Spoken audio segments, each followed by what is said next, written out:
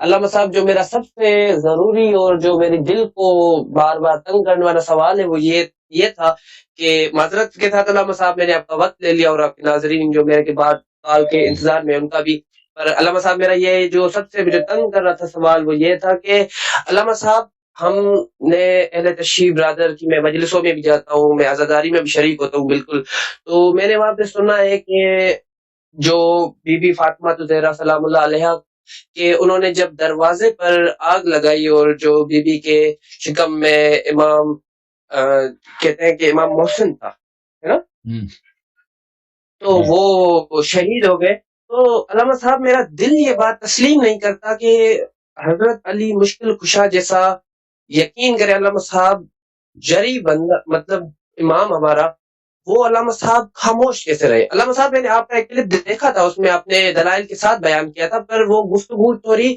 طویل نہیں تھی، کہ وہ گفتگو کچھ مخصوص تھی، وہ آپ نے ایک بھائی کو جواب دیا تھا کہ حضرت اسرائیل علیہ السلام آئے تھے اور وعدہ لے کر گئے تھے، پر علامہ صاحب یہ اگر آپ حدیث کسی سنی کتاب سے کوٹ کر کے دکھا دیں مجھے تو بڑی مہربانی ہوگی آپ کی، کیونکہ علامہ صاحب اچھا یہ میرے عزیزو یہ کتاب سلیم بن قیس میں پہلے شیعہ کتاب سے پھر مخالفین کی کتاب سے، کتاب سلیم بن قیس ہلالی جلد نمبر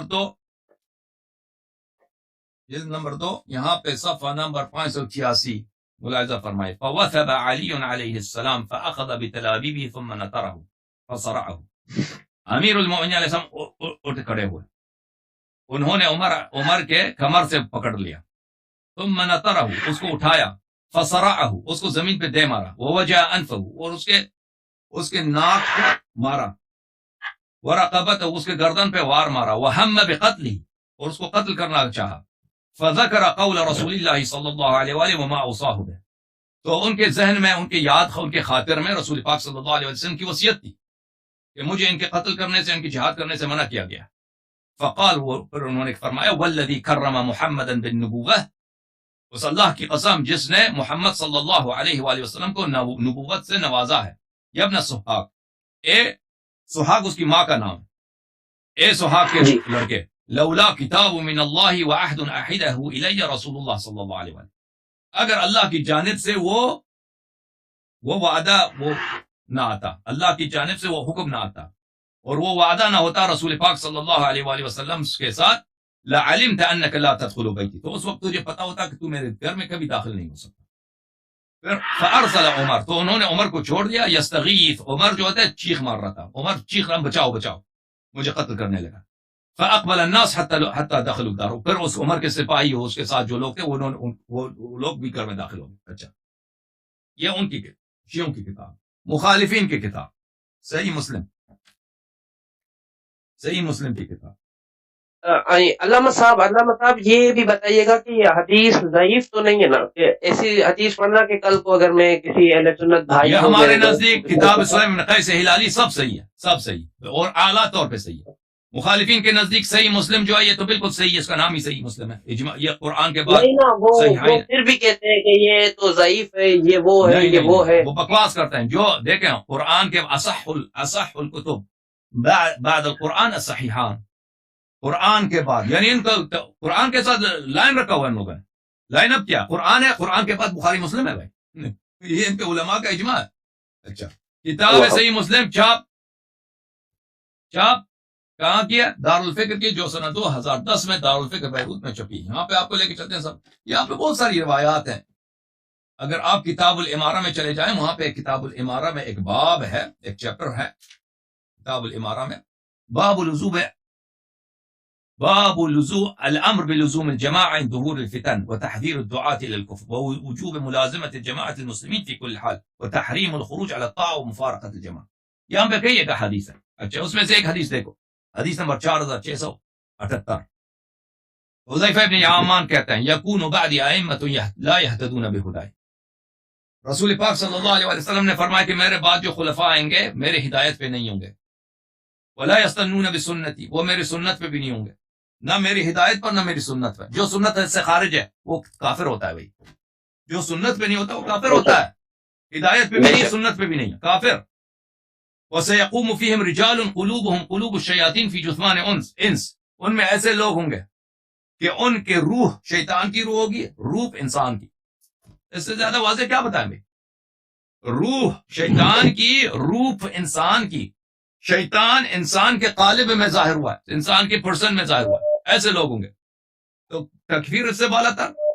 اچھا تو میں نے عرض کیا کیف اصنع یا رسول اللہ ان ادرکت ذلک صلی اللہ علیہ وسلم، میں اگر اس زمانے کو پاؤں درک کروں تو میں کیا کروں؟ تو فرمایا تسمع وتطيع للامیر وان ضرب ظهرك واخذ مالك فاسمع واطع. اطاعت کرو اسی شیطان کی، اسی شیطان امیر کی اطاعت کرو، اس کی بات سنو. اگر وہ تجھے مار بھی دے اطاعت کرو، اور تیرا مال بھی زبردستی چھینے تو اس کی اطاعت کرو. ٹھیک ہے نا؟ تو جب یہ مخالفین کا اس طرح کا حدیث بہت ہے کہ فاسق فاجر خلیفہ جو آپ پہ ظلم کرتا ہے اس کی اطاعت واجب ہے، اس کے خلاف تلوار اٹھانا حرام ہے. یہ بالاجماع جماعت مخالفین کا اصول ہے. اچھا جب آپ کے پاس یہ اصل ہے کہ خلیفہ شیطان بھی ہو نا، فاسق فاجر ظالم آپ کا مال کھا رہا ہے، آپ کو مار بھی رہا، آپ اس کی اطاعت کرنا واجب ہے، تو کوئی پوچھ نہیں سکتا کہ امیر المومنین علیہ السلام نے کیوں تلوار نہیں اٹھایا. تو حرام ہے، حرام ہے. اب کوئی پوچھے مجھ سے کہ رسول اللہ صلی اللہ علیہ وسلم کیوں شراب نہیں پیتے تھے، تو میں اس کو کہوں گا تو کافر ہے، تو فاجر ہے، شراب حرام ہے. یہ کیسا سوال ہے؟ ایک چیز جو حرام ہے سوال نہیں کرتے کہ وہ کیوں نہیں کرتے. ٹھیک ہے، آپ مجھ سے کوئی پوچھے آپ رمضان میں روزہ، بھلے رمضان میں آپ نماز کیوں پڑھتے ہیں، نماز چھوڑ دو، میں کہوں تو کافر ہے، نماز پڑھنا واجب ہے، نماز چھوڑنا حرام ہے. تو یہ کیسا سوال ہے؟ اسی طرح خلیفہ جو آپ پہ ظلم کرے، آپ کا مال کھائے، آپ کو مارے، اس کے خلاف تلوار اٹھانا حرام، چاہے وہ کتنا فاسق ہی نہ ہو. جب ایسا حرام ہے تو بھائی جب حرام ہے تو اس کے خلاف تلوار نہیں اٹھا سکتے. ختم بات. شیعہ کی جانب سے بھی واضح ہے، شیعہ کی جانب سے بھی واضح ہے. تو یہ احادیث جو ہے ہمارے نزدیک، یہ احادیث سب باطل ہیں مسلم کی، یہ احادیث باطل ہیں، کیونکہ ان کے خلفاء جو تھے، ان کے خلفاء نہایت فاسق تھے. جماعت مخالفین کے نہایت فاسق خلفاء تھے، اور علماء ان کے درباری تھے سب. یہ مسلم بخاری یہ سب دربار کے لوگ تھے. تو ان لوگوں نے ایسے احادیث بنائے کہ بنی امیہ بنی مروان یہ لوگوں پہ ظلم کرتے ہیں، زنا کرتے ہیں، لواط کرتے ہیں، شراب پیتے ہیں. تو وہ تو ہر طرح سے فاسق تھے. تو کہتے تھے کہ بھئی رسول اللہ صلی اللہ علیہ وسلم نے فرمایا کہ اطاعت کرو. ختم بات. ٹھیک ہے نا؟ قبلہ میں آپ سے میرا یہ تھا کہ آپ نا کسی اہل سنت کی کتاب سے آپ نے اہل تشریح کی کتاب سے کر دیا، لیکن آپ نے اہل سنت کی کتاب سے اگر مسلم کس کی کتاب ہے بھائی؟ یہ مسلم کس کی کتاب ہے؟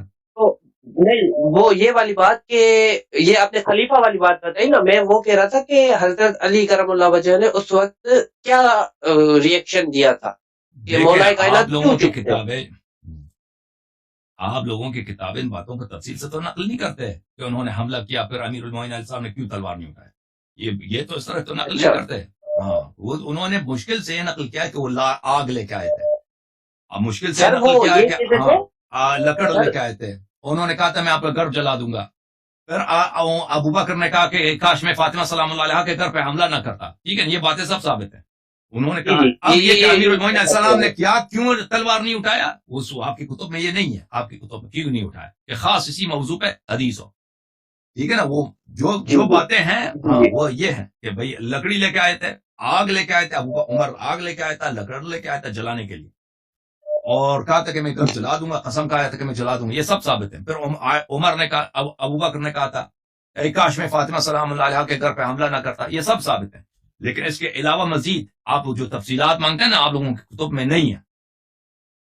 جی وہ بے شک وہ اصل میں ہمیں یہ کہتے ہیں کہ اگر ایسی بات تھی تو وہ مولا علی آپ کے تو مطلب ہم ظاہر سی بات ہے ہر کوئی مانتا ہے کہ وہ اس کا جواب یہی ہے. اس کا جواب یہی مسلم کی کتاب ہے، مسلم ترمذی وغیرہ کی روایات ہیں کہ فاسق فاجر ظالم خلیفے کے خلاف تلوار اٹھانا حرام.